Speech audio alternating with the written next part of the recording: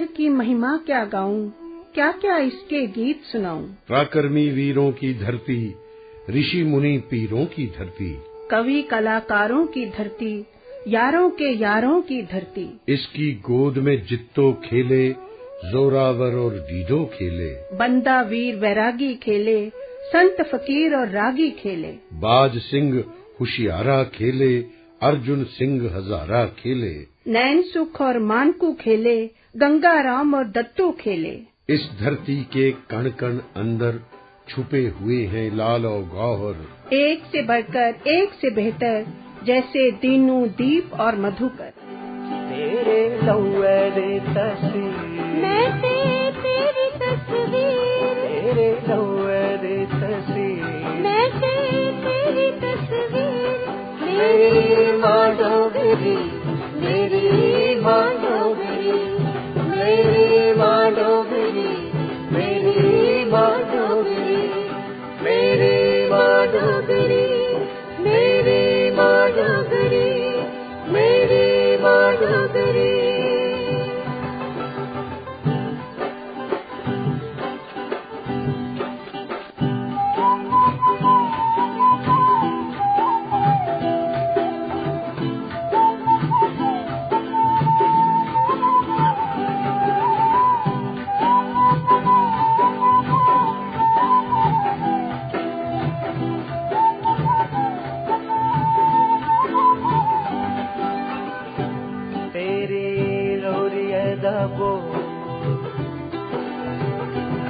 तेरी ममता हीरो, तेरी लोरिया दबो, तेरी ममता हीरो। तेरी अखियाँ दहीर, तेरी छाती दसीर, तेरी अखियाँ दहीर, तेरी छाती दसीर।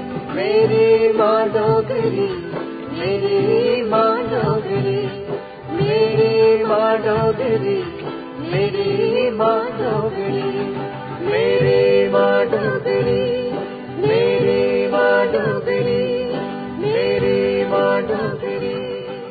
मधुकर लोड़ ही जिसलै वा साड़ी थोड़ नहीं मुक्की, इरख पिंदले दा बादल हा रेहा बेमौसम बरदा। मधुकर दी रीस नहीं करियो, एक कली कली पर जंदा है, जिंदे मन सच्चे सुच्चे ने, उन्हें प्रीत नभानी पे जंदी। केहरी सिंह मधुकर ने डोगरी शायरी को अपनी खास भाषाई रंगत, अछूते विषय, नए उपमाओं तथा उपमानों से न सिर्फ माला माल किया, बल्कि अपने समकालीन शायरों को भी नए सिरे से सोचने के लिए मजबूर किया और डोगरी कविता को एक नई व अलग पहचान दी। केहरी सिंह मधुकर ने डोगरी कविता को सामाजिक सरोकारों से जोड़ते हुए उसे आम जन की कविता बनाने का प्रयास किया। अपनी कविता की मार्फत समाज के दबे कुचलों की पीड़ा का बखान किया, शोषण के खिलाफ आवाज बुलंद की और आदमी को अपने अंदर का आदमी पहचानने का, जागरूक करने का आह्वान किया। दर्शनदर्शी के शब्दों में, भाषा, संस्कृति, समाज, इन सब का असर लेखक पर पड़ता है और लेखक जो अपने आगे पीछे महसूसता है वही उसी को वो शब्दों के रूप में कागज पर उतारता है। मधुकर के साथ भी यही हुआ, सिर्फ अंतर यह है कि शुरू में उन्होंने हिंदी में लिखना शुरू किया और जिस तरह के उनके दो मित्र वेदपाल दीप और जस शर्मा भी हिंदी में ही लिख रहे थे और तीनों एक साथ डोगरी काव्य जगत की तरफ मुड़े और मधुकर ने अपना स्थान विशेषकर डोगरी कविता में बना। किन्ना चिरुन कोल्लू चलने मानू दांत खुआने, किन्ना चिर उन मजबूरी ने अपनी टोर टुराने। किन्ना चिर उन झूठे विश्वासें दे खोपे पाने, किन्ना चिर उन दांदे आले पहले चक्कर लाने। किन्ना चिर उन बेकारी दा डंडा खिचदे रौना, किन्ना चिर उन मेदे आला तेल बनाने पाउना।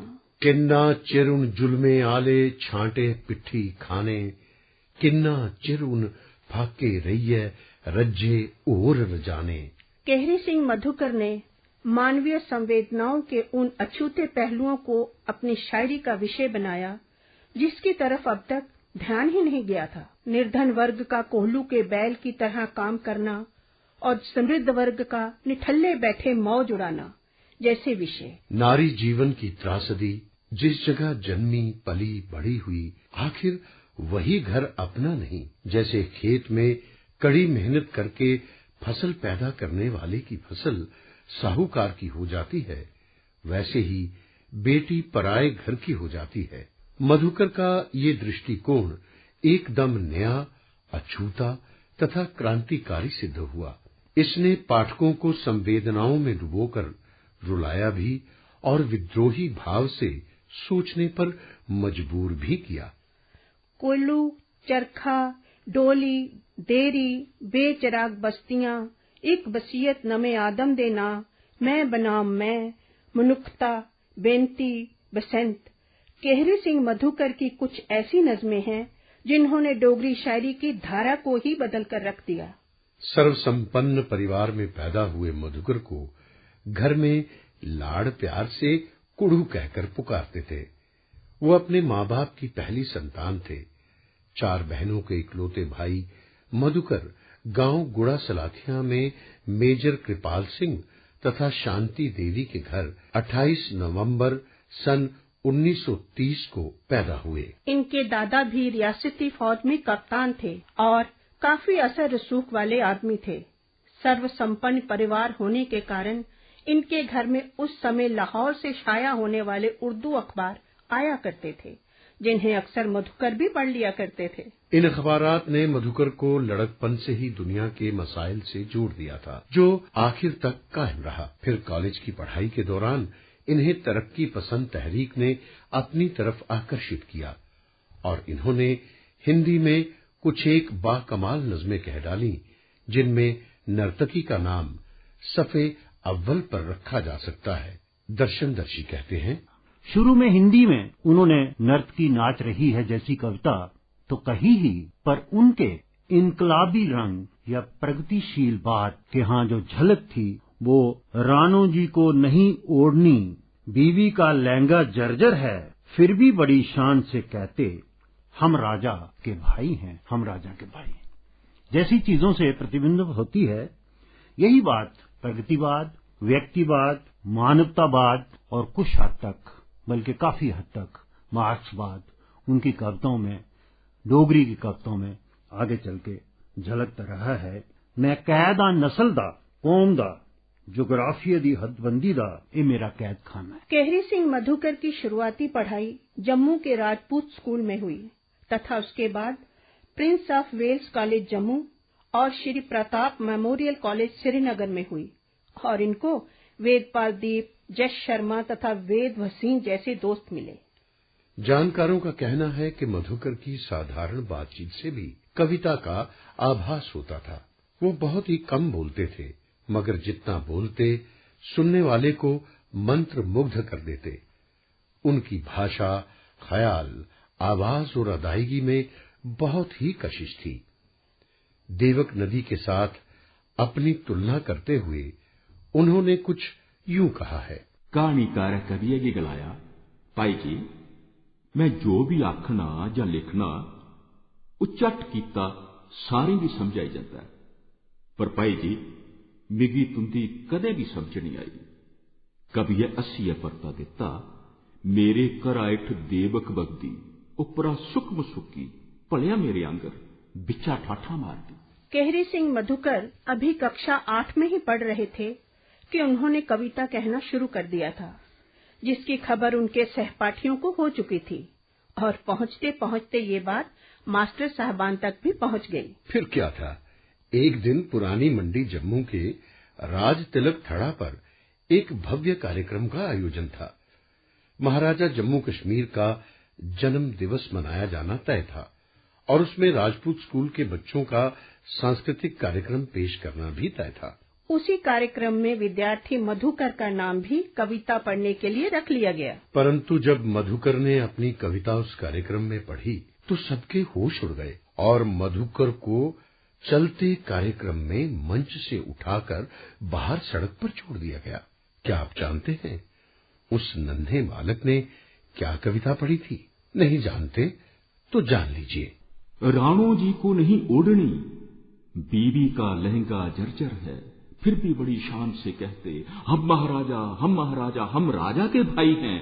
दफ्तर के जितने चपरासी हैं सब राजा के भाई हैं, गौड़ हैं जितने जंगलाती सब राजा के भाई हैं। बाहर मियाँ 5 हजारी, घर बीवी कर्मों की मारी। आरंभिक दौर में मधुकर हिंदी में ही कविता कहते थे और उनका अच्छा खासा नाम भी हो चला था, मगर मातृभाषा का प्यार तथा आकर्षण उनको डोगरी की तरफ ले आया और वो डोगरी के लिए समर्पित हो गए। माँ बोली गदगद हो गई कि उसका बेटा उसकी सुध लेने लौट आया है। पृथ्वी झूम उठी और झूम उठे डुग्गर के समस्त लोग कि उनको उनकी बात कहने वाला, उनका दर्द बांटने वाला, उनका अपना मिल गया।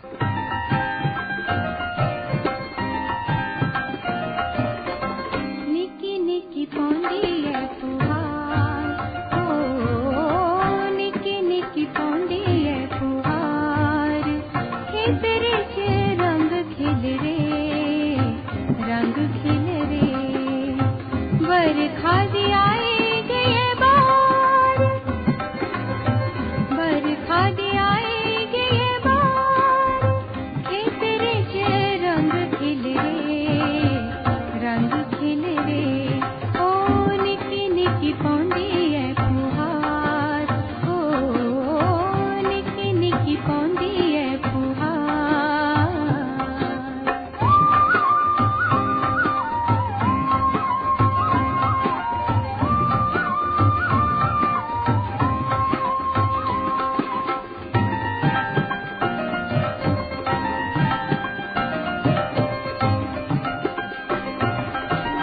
कल माए रुखे पर हसियान मिंजरा, कल माए रुखे पर हसियान मिंजरा, टाली टाली गुथे गुथे बसियान मिंजरा, टाली टाली गुथे गुथे बसियान मिंजरा, तरती ने कीता है श्रृंगार, तरती ने कीता है श्रृंगार, खेतरे च रंग खिल रे, रंग खिल रे, ओ निकी निकी पौंदी है फुहार, ओ निकी निकी पौंदी है फुहार।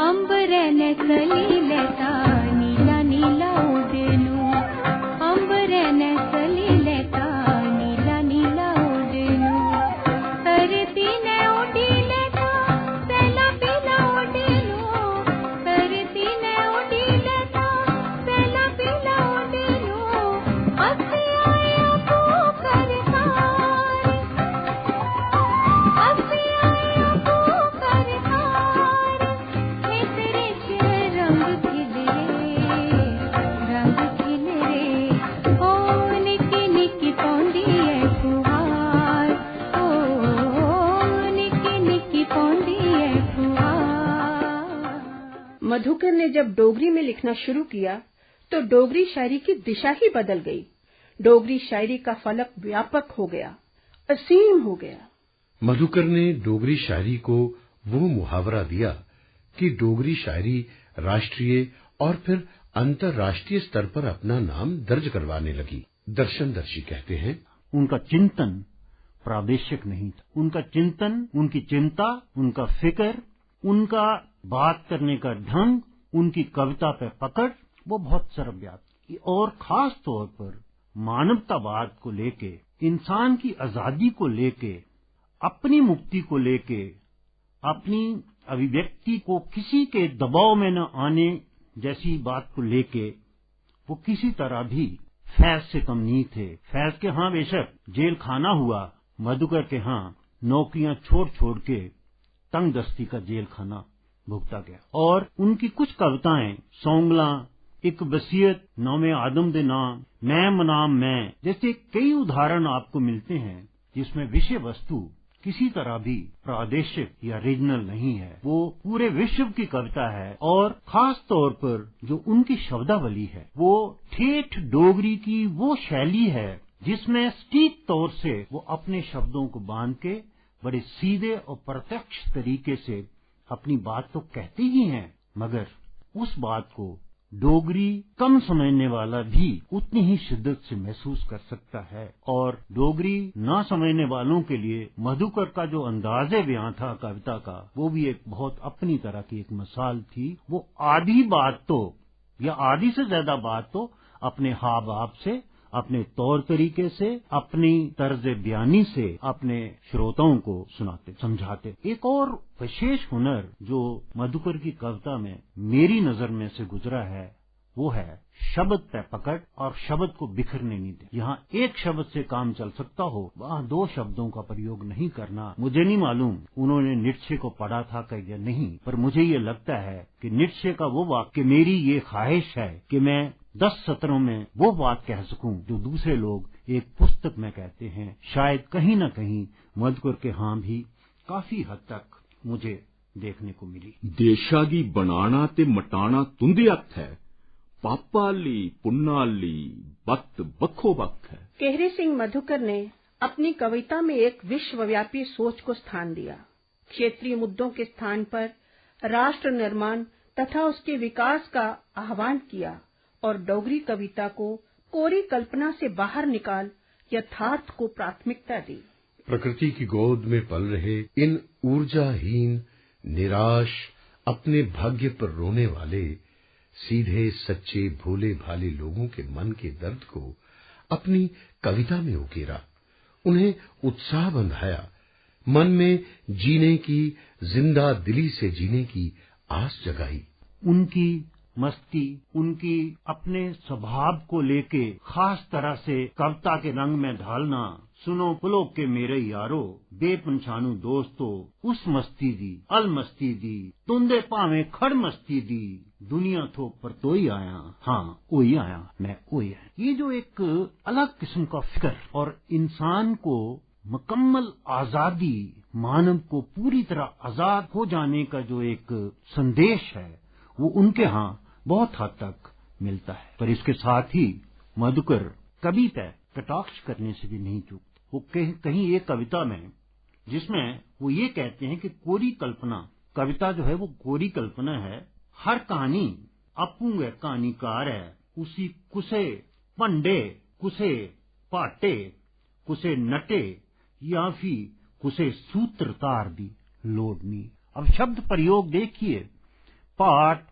नट और पंड विशेषकर डोगरी के पूरे वातावरण को प्रकट करते हैं, पर भाव जो है वो व्यक्त करता है जो सार्वभौमिक है, पूरे विश्व के लिए उतना ही सार्थक और उतना ही सही है। भाव छुआले खान छुआला, बनी जंदे संगीत, बौंसरिया दे ओठें छुईए, सूंक बनी जा गीत, तार बिना मिजराब तड़पदी, साज बिना आवाज, सरगम दे विच दर्द व्यापै, पीड़ करे दी राज। यूं तो मधुकर सर्वसंपन्न परिवार से थे, मगर उनका रुझान वामपंथी विचारधारा की तरफ हो चला था। इसी के चलते शुरू में उन्होंने रेडियो जम्मू में उद्घोषक की अनुबंधित नौकरी कर ली। इस दौरान उन्होंने कई झलकियां तथा रूपक भी लिखे और उनमें भाग भी लिया, परंतु अनुबंध में साथियों के साथ भेदभाव को देखते हुए प्रशासन से लोहा लेने की ठान ली। नौकरी से हाथ धोना पड़ा, परंतु समझौता नहीं किया।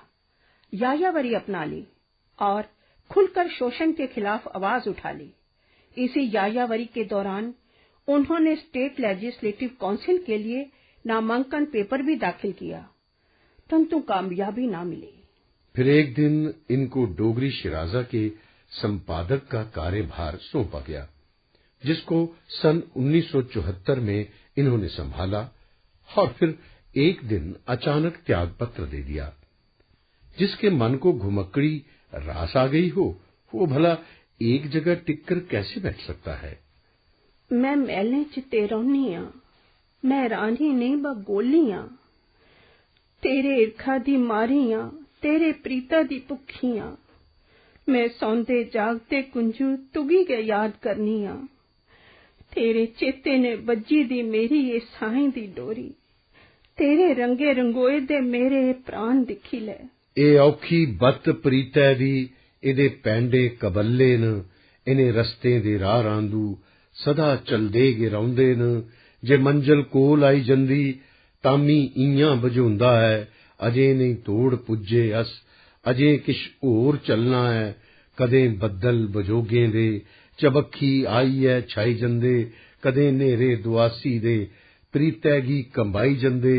जिंदी प्रीत सुच्ची है बजिंदा हिरख सुच्चा है, ओ नेरे शां कदूं डरदे, ओ मोती शां कदूं डरदे।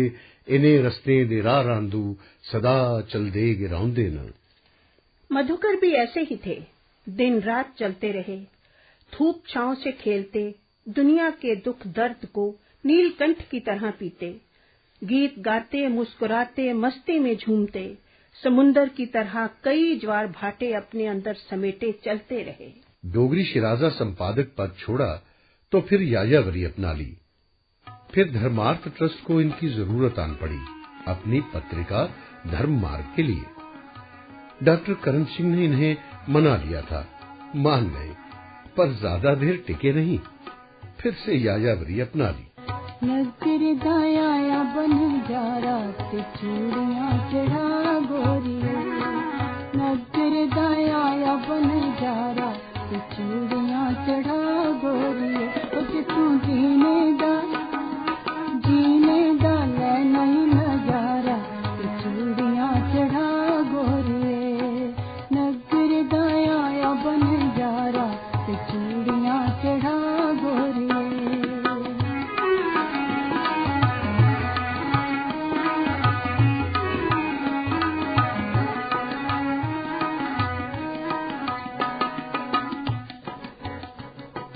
चूड़िए दे बाजा दिले कांटे न्यू सोब दे, चूड़िए दे बाजा दिले कांटे न्यू सोब दे। गजर दा आए हाय गजर दा मार लशकारा, चूड़ियां चढ़ा गोरिए। गजर दा मार लशकारा, चूड़ियां चढ़ा गोरिए। नजर दाया बन जा रहा, चूड़ियां चढ़ा गोरिए।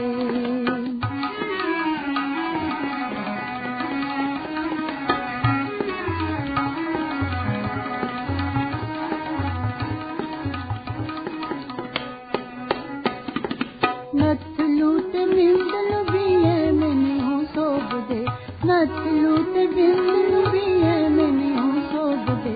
लौंगे दा आए हाय लौंगे दा मार लशकारा, चूड़ियां चढ़ा गोरिए। लौंगे दा मार लशकारा, चूड़ियां चढ़ा गोरिए। नजर दाया बन जा रहा, चूड़ियां चढ़ा गोरिए।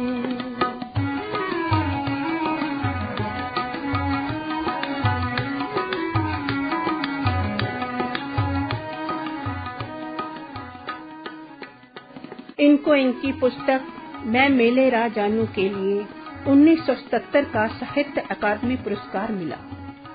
रियासती अकेडमी की ओर से इनको डोला कुन ठप्या तथा पद्म गोखड़ू के लिए सम्मानित किया गया और इनके साहित्यिक योगदान के लिए रोब ऑफ ऑनर से भी नवाजा गया। मैं ये कहना चाहता हूँ कि फ्रेंच घुमुक्कड़ एक जगह ना बैठने की आदत उनके यहाँ, मेरा मतलब मधुकर के यहाँ, वैसे ही थी जैसे कि आपको हिंदी के कवि नागार्जुन में मिलेगी। मगर इंसानियत को, मानवता को, मानव भाव को व्यक्त करने की आजादी की ललक उनके यहाँ उस तरह से मिलती है जैसे अमेरिकन कवि वाल्ट विटमैन के। कुल मिला के अगर कहा जाए तो मधुकर एक ऐसी मिसाल हैं जो प्रादेशिक भाषा में कविता करने के बावजूद विश्व स्तर की कविता कहते हैं और विश्व स्तर की सोच रखते हैं। केहरी सिंह मधुकर सही मायनों में शायर था। अल्लामा इकबाल ने ऐसे ही लोगों के लिए कहा है, हजारों साल नरगिस अपनी बेनूरी पे रोती है, बड़ी मुश्किल से होता है चमन में दीदावर पैदा। मधुकर की शायरी ने डोगरी शायरी को वो ऊंचाइयां दी कि आज उसे अंतर्राष्ट्रीय स्तर पर रखा जा सकता है। मानवतावादी सोच का पक्षधर, ना बराबरी का विरोधी, सर्वहारा का मसीहा केहरी सिंह मधुकर 24 अगस्त सन 2000 को इस जहाने फानी को अलविदा कह गया। पीछे छोड़ गया नमियां मिंजरा, डोला कुन ठप्पिया, मैं मेले रा जानू पदम गोखड़ू तथा कुछ अनछपी कविताएं जो केहरी सिंह मधुकर रचना संसार में साहित्य अकादमी द्वारा संकलित करवाई गईं। मधुकर कहते थे, आंदे जंदे रहना, मिलदे गिलदे रहना, आंदे जंदे रहना, मिलदे गिलदे रहना, अससाएं दके परवासा जिंदे।